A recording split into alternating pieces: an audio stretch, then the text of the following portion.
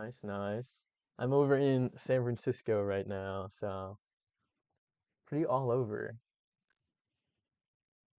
Maryland, shout out Maryland, great flag. Let's go, let's go. Dang, from the Netherlands. That's cool. We have another fellow person from Europe, Henry. Shout Hello, out the hello. Netherlands. True.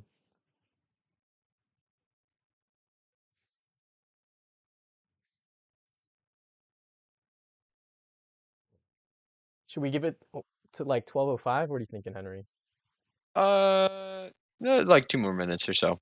Okay. Yeah, I feel like we could get started soon. Dang, lots of familiar faces. Seb, where in the Netherlands? Breda? I feel like that's a good assumption. That's where all the tech artists be at. Yep. Breda is like a spawner for technical artists, I That's swear. true. They're all so good. I actually have a coworker who went to Breda as well. He's a game designer. Oh, dang. Well, we're hoping to go to everything procedural next year. So Yeah. if you're still in the area, let us know. I have to figure out. They haven't dropped the dates for that yet, right? Probably not. I think it's generally like the same here, like Okay. March or something like that. Yeah. I'm just hoping it doesn't like overlap too much with like TDC or anything. All right. Do I get started now? Yeah, yeah, sure. All right. Well, hello everyone. Thank you guys for coming today. My name is Mikyle. My name is Henry, and quick question, Mikyle, did you Oh, start recording? I I did. We are recording, so we're Awesome. good to go. Yeah, this will Oh, be recorded for future reference. yeah. In case you guys want to follow up on it later. But yeah. Anyways, today we're talking about breaking into games as a tech artist. I guess a little bit an overview. We're gonna be talking about who we are, generalizing versus specializing, internships versus full-time roles, bridging the gap between education and the industry, networking, all our favorite, learning from failure and rejection, as well as a post-mortem of our experiences. So yeah, uh, a little bit about us.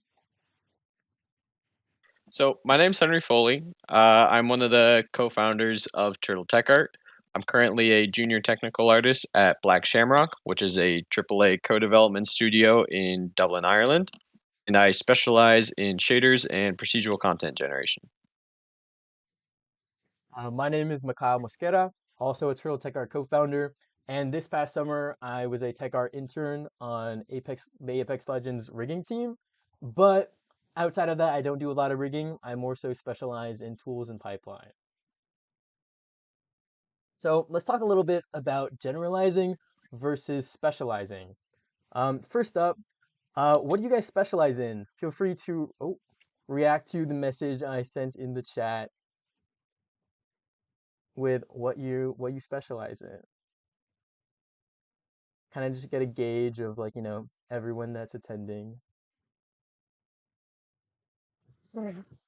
The way I saw like the tech animation go up like crazy. Oh shoot. Wait, we have a lot of people doing tools? Wait. Oh wait, no, that's I have my things aligned wrong. Oh, we do. Okay. Nice. It's pretty even actually. It's pretty split. That's The graphics awesome. just eked out a win. It did. Well, super cool, guys. So now let's dive into, the differences, generalizing versus specializing. So, in the indie sphere, technical artists often have to wear a lot of different hats, which usually results in you having a much broader set of technical knowledge. Whereas with AAA, technical artists are often far more specialized into a very specific subset of skills that are often project specific. When it comes to generalizing versus specializing, it's also important to be very intentional about where you're at in your career, right? Let's say you're new to tech art and you're still trying to explore and kind of understand what you want to do. I think it's better to take a, a generalist approach because it enables you to explore and discover which area of tech art you actually are the most interested in. While let's say you already know you want to do rigging, for example, that's something that you've done and you know that you want that to be your day-to-day job. Well, in that case, it might be better to take the specialist route because it's perfect for if you already know what you want to do. So, by generalizing, you open yourself up to more general technical art job applications. But this also means that you're often competing against a lot more applicants who have a very similar skill set, broad skill set as you do. Whereas with specializing, job postings are often a lot more limited for your specific skill set, but you're often competing against a much smaller number of applicants who have the same technical abilities as you. It's also important to note that when you're generalizing, you're very likely to really spread your time thin, right? If you're doing a project in rigging, a project in shaders, a project in tools, you're not really you're like hitting the surface of every one of those specializations and you're dedicating a lot of time to do so. So you're really spreading your time across all of them. While if you specialized, you can become a very competitive candidate in roles that are a perfect match because you really get the opportunity to dive in and get really more expert knowledge in whatever you're trying to do. Like if you're doing tools, like maybe you've learned how to create a telemetry system that links to a server so that you can keep track of the different types of tools that your artists are making. So like you can go really in depth with every specialization. So it's really important to consider how you want to spend your time. So within the technical art role, you are, regardless of whether or not you're a generalist or you're a specialist, you are often asked to hop between a bunch of different programs and tasks. While this doesn't mean that you have to be an expert in each of these programs, it's still good to have a basic understanding of how each of them work.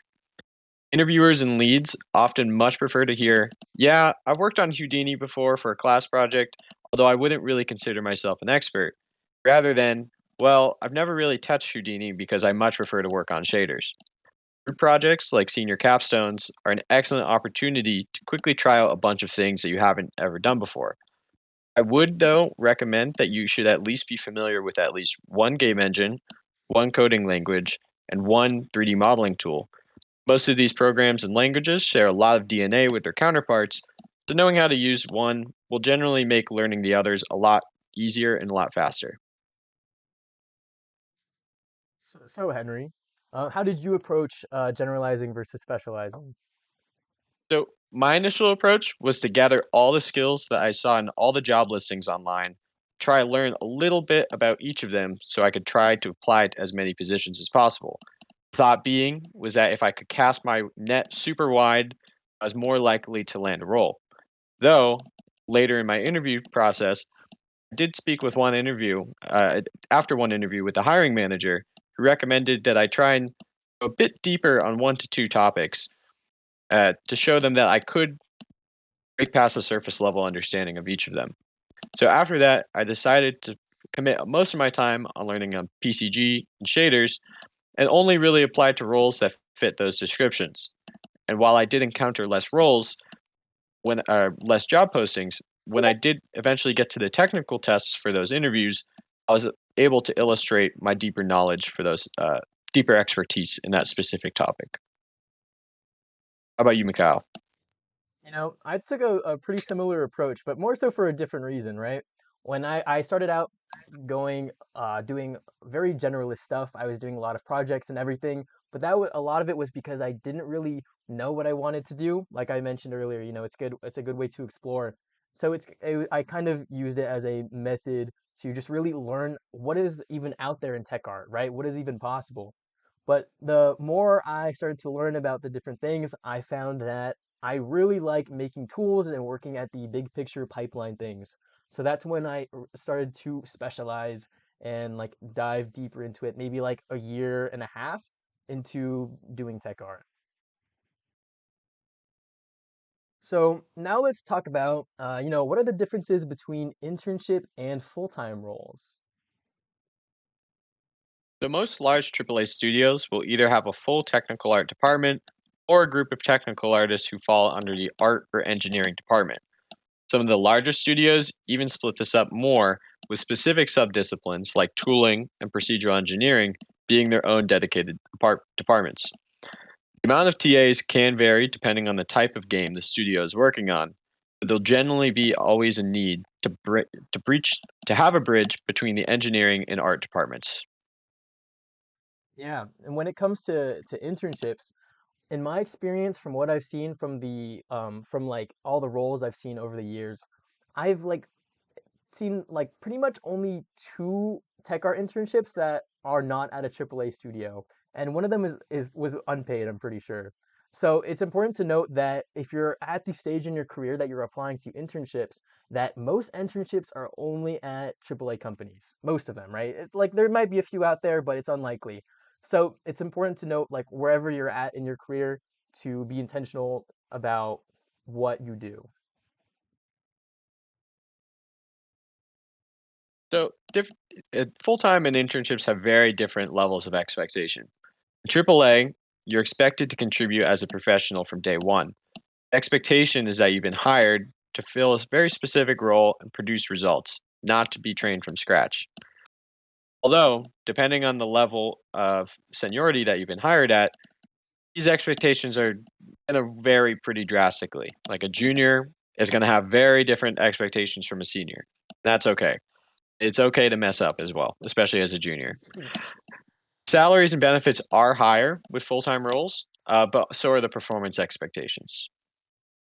Yeah, I will say in comparison, the intern, like if you're working as a tech art intern, I will say there are a lot lower expectations. As I mentioned earlier, I was on a rigging team this past summer, even though that's definitely not what I specialize in, but they still gave me that opportunity to learn from it.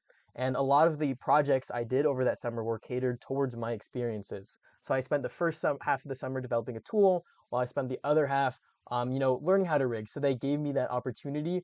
And ultimately, their goal is to give you like an opportunity to learn, not deliver at really high professional standards for the kind of project that they're working on. So the application process is also quite different between these two. AAA hiring process is often a lot longer, stretched out over several more rigorous interviews, including some technical or behavioral ones, and you can expect technical code interviews and or technical take-home tests. In my personal experience, for one company I interviewed at, I had to complete 4 on-site technical interviews, each being an hour long in one day. It was a very, very long day. And although this is more of an extreme example, it's not the standard experience. All of the AAA technical interviews that or interview processes that I did have involved a technical interview. I will say on the internship level, it is a lot lighter of an application process. For me, when I was applying to Respawn, I had 4 rounds. I think I had a recruiter screening, an interview with the hiring manager, and then 2 panel interviews with the team. And while that was like, it was like 4 different interviews, it was like the process overall was really light. I didn't have any technicals.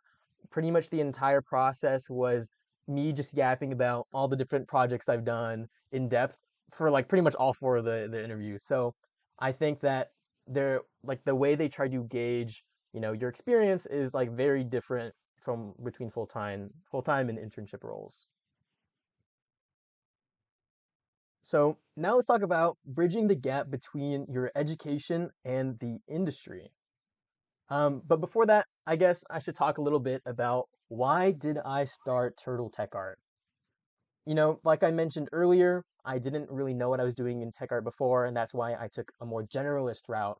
And but like even before that, I knew I wanted to do tech art, but I didn't even really know what tech art was. I didn't know that there were even specializations in the first place. So I was like Googling tech art tutorials, but then it would give me like so much information. But then, that was just all the different specializations. So I didn't even really realize. And I just really wanted I didn't want that to be the normal experience for everyone. So I wanted to create a community for everyone to be able to, kind of explore what there is out there in tech art because, by being in a community surrounded by other people doing different things, it's like a great way to really learn about what it's really like working as a tech artist. Um, so yeah, bridging the gap between education and the industry. Let's talk about, what the big problem is from my perspective, at least. You'll find that when it comes to tech art education programs, they pretty much do not exist anywhere for the most part. Like it's usually and they do. There's some like I believe there's one in Massachusetts. There might be one in like Utah. But besides that, you're probably going to be studying something more specific like art, or you're going to be studying computer science or game dev, right? So that requires, on top of all your classes, you're going to require a lot of self learning on the outside of that. So imagine the amount of time you have to invest into learning tech art on your own, right? And on top of that, because you're bridging the gap between art and programming, you're expected to be proficient in both so that you're able to communicate and solve problems for both, I guess, teams. So I guess building on that, it's important to really understand and or have a approach to learning. This is what I'm about to talk about here. It's more so how I approached it and my experiences. So if your experiences are different, you might have a different approach for how you go about it. But ultimately, one thing I noticed about tech artists is that, tech artists solve problems, right? No matter what the kind of problem is. So like, rigs solve the animator's job to animate by, creating rigs. Shaders push like beyond what is possible graphics wise. So we're always solving problems. My recommendation is to always try to work in a team environment because you never know what kind of problems that might arise by having to collaborate and work with all these different types of people. Like if you take a look at the this map from Apex Legends on the right, as you can see, it's huge. It got mountains. It has different like biomes, a bunch of like it even has water. It has a million different things going on, and you can imagine how expensive that might be on the game, on like in terms of like performance. That is one thing, that's like one problem that you won't really encounter if you're making a small scale game in a small team. So the larger the team, the better, because you'll find that it really helps bridge the gap between your education and the industry. Um, and next up, I think it's also important to cater your skills for what companies are looking for when it comes to like let's take a look at this listing on the right, which is for like a graphics tech artist role. It talks about daily responsibilities, collaborating with graphics engineers, designers, artists, and other developers to align rendering approaches with creative and technical targets. It shows exactly what people they expect you to be collaborating with once you enter the industry. If you know people in your day to day now, like maybe you have a friend that is an artist, try to find a way to collaborate with them because that's like a great way to emulate what the experience will be like in the industry, and it'll help demonstrate that you've done all these things so that when a recruiter is maybe looking at your resume, they can be like, oh, they did all this. This is a really great candidate for the role. um Same for just like other responsibilities, and also like the more hard skills, technical knowledge.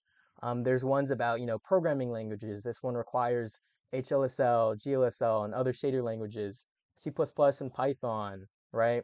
And experience with profiling tools, right? These are like great ways to kind of this like job listings are a great way to kind of figure out what companies are looking for so that you can be intentional about what types of projects you're doing so that you can showcase that you have these experiences. I will note that it's important to preface though, like when recruiters are like making these job applications, it's like a very maximalist approach. Like it's very unrealistic to, have probably to hit every single one of these points, right? But as long as you demonstrate even a few of them, it's usually enough to stand out and you know go further in the application process. And so like I just don't want it's important to not be afraid to apply even if you feel like you don't qualify because you really never know if like what they might think of your experiences, and you miss 100% of the shots you don't take. So I guess that's ultimately the main takeaway I'm trying to get across. So yeah, let's talk a little bit about another area of breaking into the industry, which is arguably very important in games especially, and that is networking. So I would maybe even say it's even more important than what your technical abilities are. The online networking is probably one of the most effective soft skills that you can independently work on right now that will result in you getting your next opportunity. And I know it can be boring. I get it.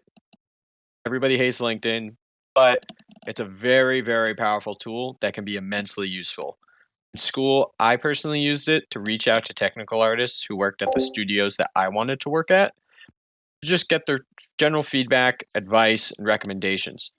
So long as you make a good introduction and you're respectful to people, those folks are willing to give you 15 to 30 minutes of their time to help you out. Discord groups like Unreal Source, Think Procedural, and yes, Turtle Tech Art, and blogs like technicalartist.org are also great ways to get feedback on your work, but also to gain a name recognition and interact with potential future coworkers. I know it sounds a bit ridiculous now, but this community is so small and tight knit that you run into the same people super frequently across conferences, across talks. Um, it's really worth forming these connections when you can. I also say these connections will make very useful for getting recommendations in the future, especially if you're able to demonstrate that you heeded their advice that they gave you and then took steps to improve your own portfolio from it. People love to see when their feedback is received and internalized. And there's a whole separate, if you guys don't know, there is a whole separate, smaller stack of resumes on recruiters' desks for people who are internally recommended. 9 times out of 10, if you get a recommendation within a company, you can get at least a first interview. Yeah, really great to know. Thank you, Henry. And I think it's also funny to note, I guess, how me and Henry met. We actually met at like a GDC talk like 2 years ago, I think. Like he was sitting behind me, I was wearing my turtle hat, and we just had a conversation. And then like maybe we didn't talk again for like a year. And then I think I forgot who reached out, but like one of us reached out on LinkedIn, and then now here we are. So really crazy how things turn out, right? Anyways, get segue into networking in person. Like I mentioned, the in-person conferences and events are huge. Like I can say that like in this call alone, I probably met two. Okay, well, in this call alone, I think I've met three people from GDC, and I've met a. Thank you, Patrick. You're one of the people I counted. And like, I met a handful of like some people on LinkedIn. I've met some people, through the calls here at Turtle Tech Art. So just going to conferences and other events are like just a great way to meet more people in the tech art community and learn as much as you can. Um, and if you can't, but like, I know that conferences and events often pretty inaccessible. They're expensive. You have to fly over, depending on where you're located. So I think a great alternative for that is, at the very least, go to local community game dev events. Like even if you don't live in a major city, like San Francisco or the general Bay Area, there are a lot of local communities that you can find. Um, you know, and there are chances that there might not be any at all, and if there aren't, you can always opt for online meetups like the ones that we host here at Turtle Tech Art. I think putting like really emphasis what Henry talked about, it's like really put your name out there. It's like a very it has to be a consistent effort. That's something that you do over time, and it might not feel like it'll pay off in the end, but like trust it will. um and I guess I wanted to end off with my secret strategy that I kind of used to approach networking over the last few years, and that was my turtle hat. Because I wanted a way to stand out and be more recognizable and memorable in people's heads. Because that's really ultimately how how you want to approach networking, right? You want people to remember you. And so I once heard a story about this guy who was wearing Hawaiian t-shirts essentially to every networking event, and that was like his memorable like characteristic, and people didn't recognize him if he wasn't wearing a Hawaiian t-shirt. So that's why I settled on this turtle hat that I had since probably like 8th grade, I think. And now it's like my identity, I guess, in the games industry. I have the server is called Turtle Tech Art and everything. So highly recommend Like I've had people mention that they like are able to spot me from a mile away because of my turtle hat. Like I've had friends mention that at GDC. So, you know, there like I guess my key takeaway is like be intention. It's like you can be intentional about, like the way you're applying like your resumes, your portfolios, but there's also ways to be intentional of like the other aspects of trying to break in like networking. So we've talked about a lot of fun stuff so far, cool projects, networking, turtle hats, but the whole application process, as I'm sure a lot of you know, is not always sunshine and butterflies. So, as part of the journey into the industry, you are going to encounter a lot of no's. Learning how to take these punches and learn from them is a super important mental skill to acquire. So, for some quick context before I go into the other slides, these were my stats for the end of my senior year of fall 2023 and when I finally received an offer for the current job that I'm at in April 2025. And I will also note that there is a period between when I graduated of May 2024 and April 2025 where I did not have a job in the games industry, and it stunk.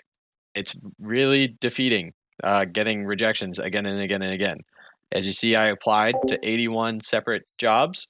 I had 10 first interviews, 6 technical interviews, 4 final stages, and only one offer, which is like, I think less than like a 2% success rate. But that's just the reality that we live in. It's kind of a numbers game. So, before we continue, I'd also like to quickly introduce a psychological concept that I found really important called the locus of control, which refers to the degree to which individuals believe they have control over the events in their lives. People with an external locus of control believe their fate is determined by the actions of others, while people with an internal locus of control believe that their fate is determined by their own actions. This is not necessarily a binary, but rather a spectrum of feeling that can be experienced by said individual. So, why do I bring this up? Well, it's very easy to read headlines such as these. Press spacebar, Mikyle, please. Thank you. Such as these, and come away with a very fatalistic attitude and an external locus of control. No matter what improvements I make to my portfolio or resume, my opportunities are entirely reliant on macroeconomic factors that are out of my control. And while, yes, some of these things are obviously out of your control, it shouldn't distract you from preparation you can do in the meantime. Games industry isn't always going to be in a bad spot. And when the work you put in now will make sure that when things get better, you are just as prepared for it as you can possibly be. And as the Roman Stoic philosopher Lucius Annaeus Seneca said, luck is just what happens when preparation meets opportunity. There's that handsome fella. Oh, man. So another really important thing is maintaining momentum. Like I said, I was out of a job for 11 months between graduation when I finally got my job, and you have to keep going if you want to make it because it's very easy once out of an academic setting and that structure that comes with it. Combined with the additional responsibilities of adult life, makes it very difficult to continue working on projects, which can create a very nasty doom spiral. First, you stop posting new work on your portfolio and engaging with networking. Then, recruiters become less interested in portfolios and candidates who are not showing recent work and commitment. Then, you see less responses from said recruiters, which leaves you discovered, and the cycle continues. And then you just end up not posting anything at all, not sending out any applications.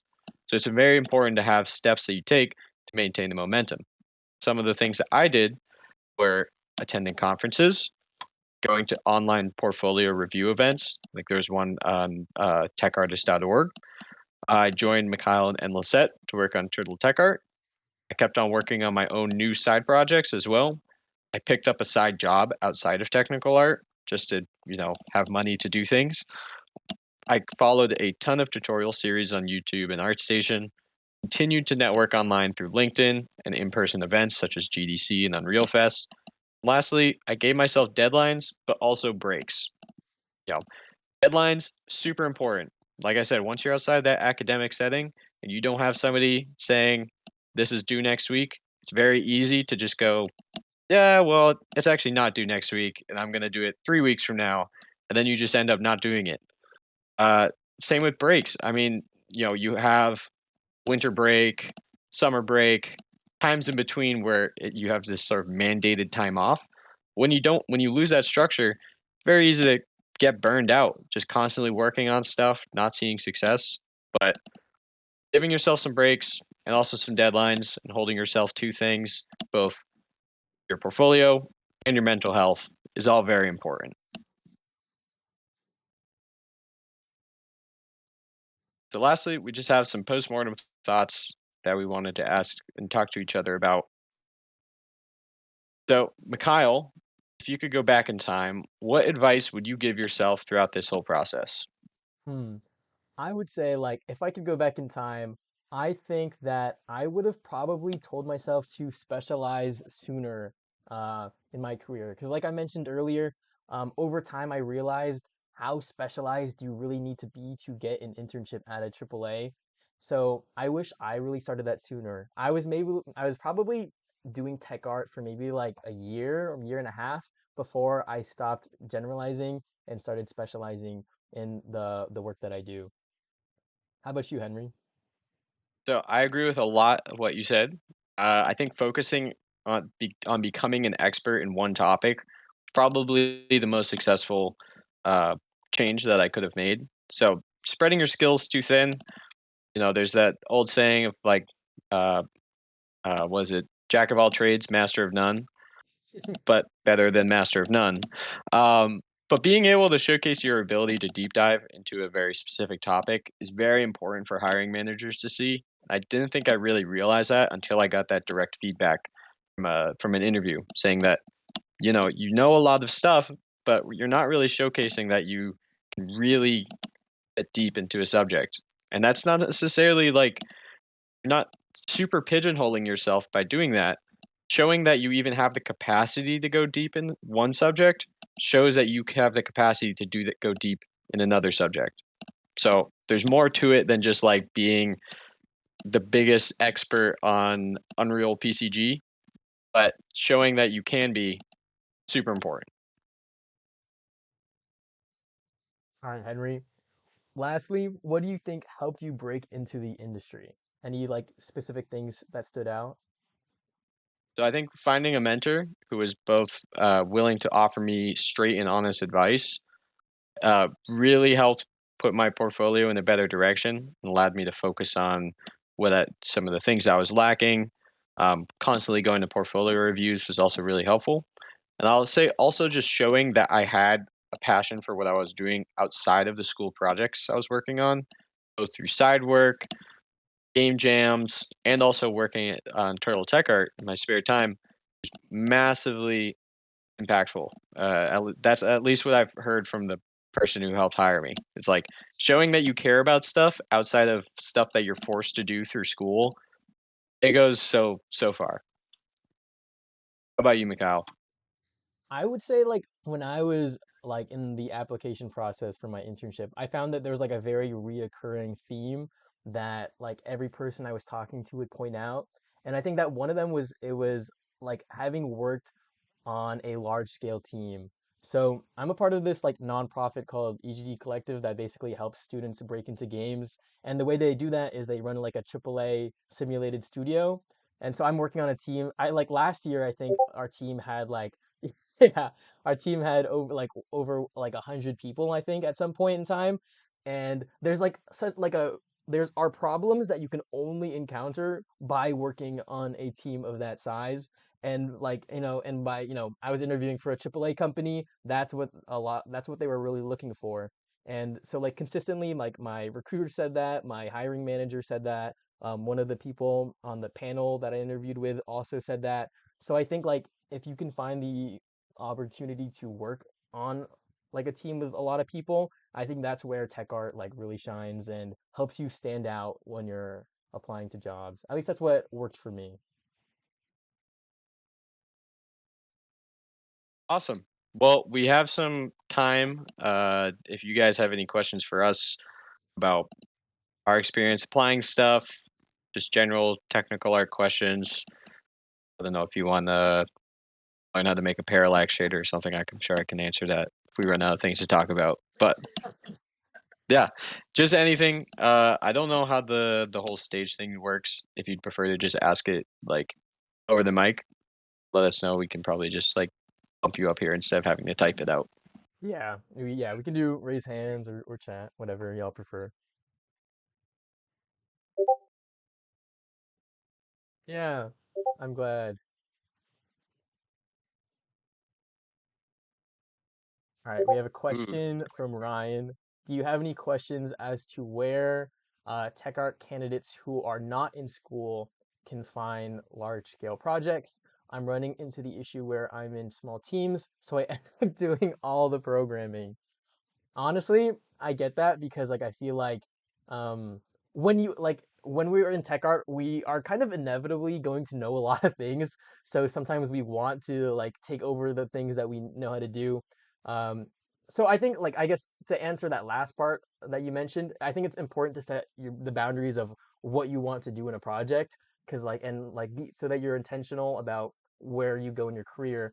But I do have a resource for not specifically large scale, but there is a community called Cave Bear Games that has like it's basically a community of a bunch of volunteer studios. You'd probably be able to find something there because I find that a lot of volunteer studios tend to have a lot of people, to like make up that workload. I'll get the link, but while I find the link, Henry, do you have anything you want to add? Yeah, I actually experienced the same sort of thing. I learned through so when I was a sophomore, there was a junior in my school who had worked on a game with the University of Southern California. And for some context, I went to school in Vermont, small school. Um, and University of Southern California has a massive, massive program, and they do these really big games with a lot of people on it. But they still have some like skill gaps that they need to fill. So I got in contact with a student there through this person who had done it before, and they introduced me to a couple people who were looking for technical artists. And again, I think this is great for technical artists because there's, like Mikyle said, there's not a lot of programs, so people are sort of like constantly in need for him. So I ended up, and then yeah, I worked on a USC game for a year, and I don't go to USC. I've never been to LA, but like you can if you ask to help out, like 9 times out of 10 people are going to say yes because it's usually very much the opposite experience where they're constantly looking for people and can't find it. So if you're like I'm a technical artist with a very specific set of skills, and I like your project, can I help out and work on it? Yeah, like people are gonna love that. And like reach out to schools. I don't know any specific off the top of my head. I don't know if USC has sort of like filled that gap. Um, but a lot of big schools have very large teams. The team I was working on, I think, was maybe like 70 people or something like that, which for a school project is insane. Um, so they're probably going to be needing some help. So definitely reach out. Yeah. Thank you for the Uh, question. Yeah, do you want to read this one, Henry? yeah, I can read this. Uh, So they said, "Hi, thank you so much for the presentation. Unrelated to tech art, but in modeling, most of the time when I apply for an internship or job, I always get knocked down by how many softwares they require in the job description. As a technical artist, would you still apply for a job even though you don't know all the softwares programs that they list?" I imagine Mikyle has a very similar answer, but I would say absolutely. Apply for the job. I mean, like the great thing, I guess the great thing about job applications is that they don't cost anything to submit. Um, so yeah, it's a time investment for sure. Like if you're writing applications and resumes for jobs that you might not get, but you know, if it's like an hour of your time and you think you meet, honestly, I would say like if you meet like 60% of the requirements, I would just send it. The worst thing that they can say is no. Kyle, did you have anything else to add to that? I second that. Just like apply, like I like I really second that because I really took the approach of apply to everything. Like I think just applying is just a good way to gauge how the industry views you anyways. So like I think it's like good to gather that kind of data. Like I think in my first year I literally applied to like my first year like trying to get into games as like a sophomore in college. I would apply to any roles, not just internships. I applied to like full-time roles, even senior roles, just like for fun, like just to because you never know like what might happen. And like I've gotten an interview like at a more indie studio looking for a tech artist, but like I would never have thought I would have gotten like an interview in the first place. So highly recommend regardless, like just applying regardless. Yeah, I mean, I think there's like different philosophies about this depending on who you ask. Like, we're speaking with some people at GDC who are like super high up level, like technical art directors, and they're like, if like a junior applies to a senior position, we sometimes just like look at it, and if they're good enough, then maybe we can make a role that we otherwise didn't know that we needed. That's not my personal philosophy. I only applied to the ones that like I feel like I could have a sit down interview with. So if they start talking about, like the computer graphics pipeline at the super technical level, and I'm just like, look like an idiot. But I mean, like, I think there's something to you gotta like respect the hustle. If you're applying to these senior level positions, people are gonna be like, this person, they're shooting their shot. We might just have something that they can join us on. Yeah, you really never know. Thank you for I the think we're question, getting Deep. Yes, I think we might be getting one more question. I'll give them a second to stop, finish typing. Yeah.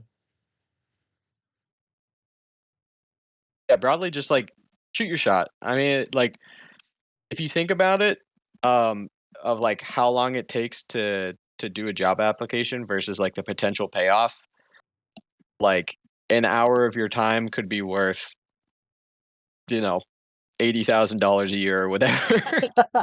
I guess It's it's true. kind of like a weird way of thinking of it, but like you know, it is at the end of the day, as I kind of said, it can be just like a numbers game. And if you do an interview and you practice, like there's a whole art to interviewing, which is something that we didn't even touch on, like how to do a technical interview. That's like a whole other presentation. So getting like in-person practice with that is super helpful. Mikhail, did you want to read the Yeah. other question? Yeah, so we got a question. Would you guys recommend doing non-tech art roles as a beginner? I'm mainly skilled in 2D and 3D art, so I'm thinking about aiming for a role in disciplines while I learn tech art. Or do you guys recommend spending my time to learn tech art instead? A great question. That is. Do you want to answer it first? Yeah, I can quickly say something on this. So I think this actually kind of goes back to our like difference versus for applying to internships versus applying to full time. I think if you are applying to internships and technical art is something that you want to do, but it's maybe not like your biggest skill set at the moment. Say if you're like really good at 2D or 3D art, I would just say apply to you can apply to both internships first of all. But if you think you're going to get the 3D art internship, like you can do that and then be like, well, I actually really want to learn technical art. And as Mikhail said, I mean, some of these internships are pretty open ended, and they're willing to help support. It is a learning experience at the end of the day. When it comes to full time jobs, I would be a bit more cautious about this, just because the expectations are much higher. So if you are going to if your path to becoming a technical artist is to first become a 3D artist, you have to first become a AAA level 3D artist, which is its own thing. So like, but that being said, like a majority of people who are I don't know about majority, but like a very large chunk of people who are technical artists within the industry are coming from either the art side or the programming side. They started as something different and then they ended up in technical art. And it's like that's a perfectly valid career path if that's what you want to do. I can't tell you like explicitly what's best for you, but like if you are a student right now, I would say get the internship that you can get. Just having job experience is awesome to have on your resume. And then just express an interest that you want to do technical art, keep working on it on your side. Um, and eventually you land one. You can do it. Yeah, that was good. I have like a million thoughts about this question, just because there's like so many things that you want to consider when you're like making this kind of decision. So I guess I'll like list out like the things that I would personally consider, just because I think it's different for everyone. So like let's say you're mainly skilled in 2D and 3D, like how much time do you want, like do you plan to spend all your time dedicated into 2D and 3D, or are you also doing like tech art on the side? It's like that same idea of like generalizing, but you're going even further beyond tech art. Hmm. So like that generalist like becomes even wider, and you're spreading your time out even more thin, you know what I mean? So it's like really ultimately like what kind of roles do you want to apply for? How much time do you have left in school if you're still in school? I know you're still in school, so so I mentioned that. But like but if you want to do tech art, like I know that you're really early in your like school years wise, so like I would say like it's great to full send it. But I mean, of course, like tech art is also built on being proficient in art, so I don't think it's like you shouldn't entirely drop 2D and 3D art, you know what I mean? Like they still go hand in hand, they still work together. But it's like ultimately I have no specific recommendation for either one. It's just like really weighing those pros and cons like in your own situation. Okay, so you just quickly reminded me of a couple things. One, I heard like there was a couple of people in my school who would do like double majors, like game design and also 3D art. And we were talking to an interviewer or like somebody that came into the class and was talking about this, saying like, "Oh, is this like increasing my chances that I have both design and 3D art?" And the person worded it in like such a smart way of saying like, if I'm a recruiter and I'm looking at your portfolio and you have a design section, the 2D art, 3D art section, and that's telling me that you're only committing half of your time to either of these. So why would I want to hire somebody who's only like 50% of a game designer and 50% of a 3D artist versus somebody who like may not have as strong work as a 3D artist, but they're committing 100% of their time to be better at 3D art. Like it completely changed my perspective on it, and I think there's a lot of truth to it. Like generalizing within technical art, I think is fine, if that's what you want to do, but I wouldn't like branch too far out because you just do encounter this situation where you're only committing, there's only so many hours in the day, and if they interpret it as like you're only committing half of those to getting better at the thing you want to do, then it doesn't really bode well. But yeah, as Mikhail said, like if you're like early in college, like I would just say send it on tech art. The tech art internships get I'll tell you from personal experience, they get a lot less applicants than the 3D ones. That's Like true. the 3D ones get like thousands of applications, whereas the technical art ones will like sometimes get like 200. So Yeah. yeah, it's a much smaller base of people that you're competing against. Yeah. Shout out tech art. Yay. Yeah. We have another question. Oh, you can read this one for me. Yes. So what are some? Oh, actually, do you know about the Lightbox one first? Oh, yeah, that is, I would answer that. You're right. Um, so I went to Lightbox last year, 2024, for one day.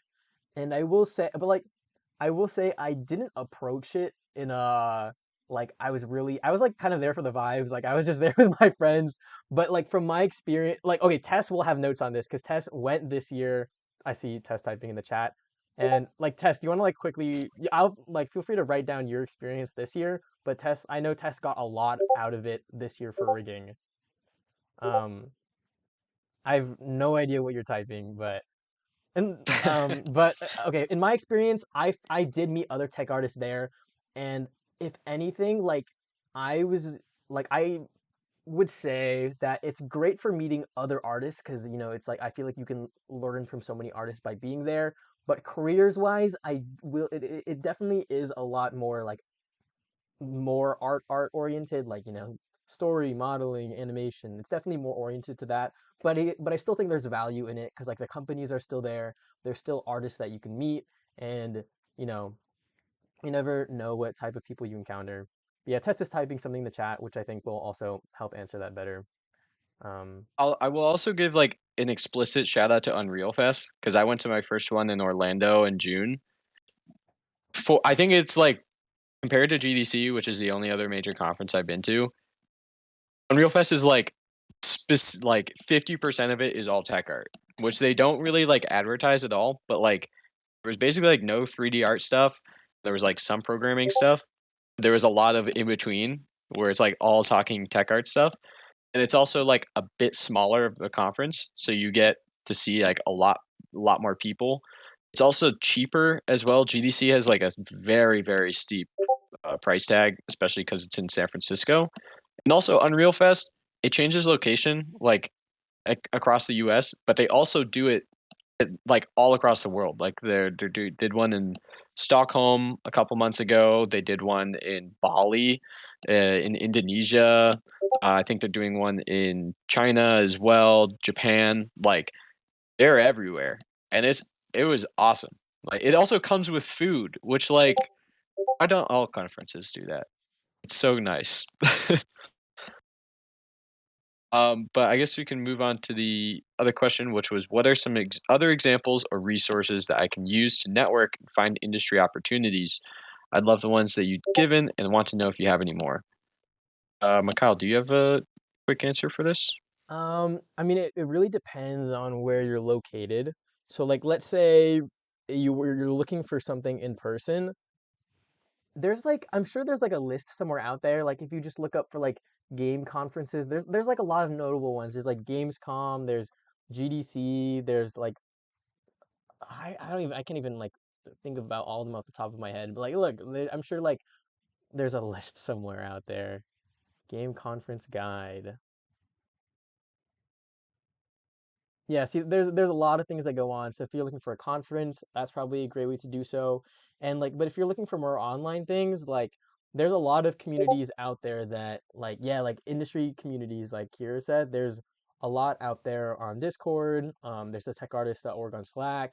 Like these are just great ways to like, I know, like boost your presence, I guess. Um, and like, and also just like LinkedIn, like Henry said, like just reach out to people, like anyone, like if Yeah. there's ever a tech artist that I connect with, like I usually just reach out because I'm like, yay, tech art. Like in this call, like I met Tess on LinkedIn, even though we go to the same school, I met Tess on LinkedIn.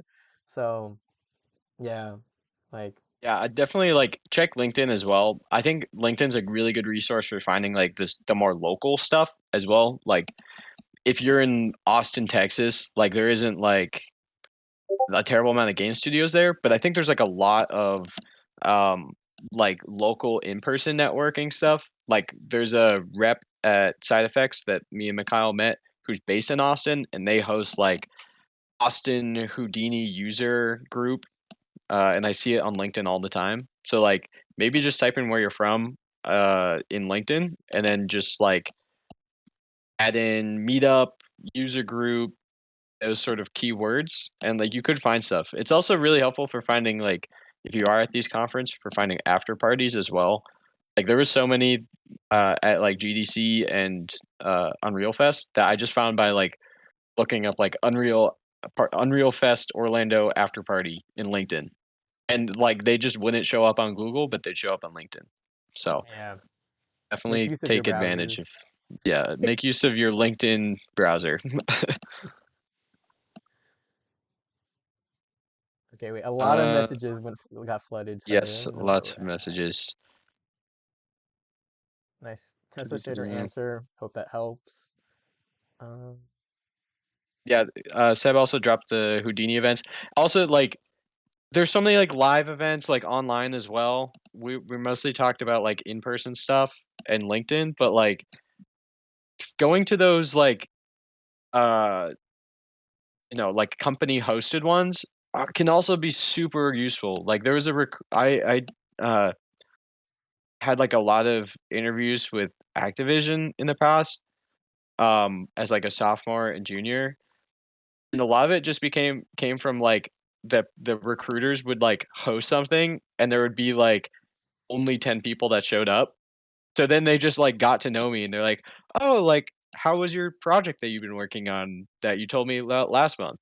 And yeah, going to those and having your camera on and interacting, like 5% of people do that. So when you do it, like it's really good, especially when they recognize you and remember you. Like that's when you know it's working. Yeah. I think I like a thought just came up that I wanted to note that this kind of applies to Manuel, your question earlier about doing other roles that aren't specifically tech art. I think it's a good thing to note also that a lot of things in tech art aren't always listed out as a tech art role just because tech art is so broad. It's different from company to company. Like if you were like let's say you were doing more graphics work and you wanted to do graphics like a lot of tech art shader work, but more so instead of for games, you wanted to tap into maybe car simulate a lot of the car companies do the ways they simulate their stuff, or maybe there's like education companies that use a lot of graphic stuff related to that. Sometimes they're under like visualization engineer or like things like that. So it's like I think also understanding the type of space you're applying to and how it exists in other industries also helps. Mikyle, that is such a good point that I'm like face palming. I didn't mention this earlier. But yeah, like we're mainly talking about jobs within the games industry, but there is so many industries that use Unreal. Honestly, that like going to Unreal Fest in Orlando really like opened my mind's eye to this because one of the reasons they held it in Orlando was I guess Orlando has like one of the largest like simulation industries within the United States for both like aeronautics and also of course theme parks. Um so like I have a friend who works on like the theme park rides that like her company works on like creating the art for the Unreal thing. Like if you've ever been to Disney World and did like the Millennium Falcon experience, that's Unreal Engine. And there's like a lot of like other like things like that, and also like tech companies they use Unreal because it's really helpful for like data visualization, and also like there's this really good talk that I'll shout out that I went to Unreal Fest from this like construction company within the US that does all these like infrastructure project visualizations within Unreal. Super cool talk. And they're doing the exact same stuff that they are technical artists, but they're just not in the games industry. And often, like those jobs are even like less competitive than the game ones. Like technical art, you're already like you're positioning yourself well because there's not a lot of us, and all the technical artists want to work in the games industry. So if you're like, I'm a technical artist and I want to work in infrastructure visualization, it's like an even smaller pool that you're competing against, but they do like super cool work. Super cool. Yeah, it's crazy. Do we have any final questions? I see we're at time. Yeah. If not, we can begin to wrap up. But yeah, okay. I see one person's typing test. I'll wait until test is done and then we can call it. Yeah.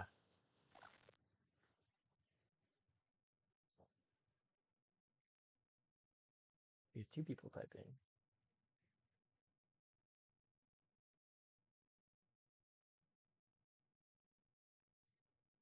Yeah, also we didn't mention it, but like go to after parties at conferences. They're so helpful.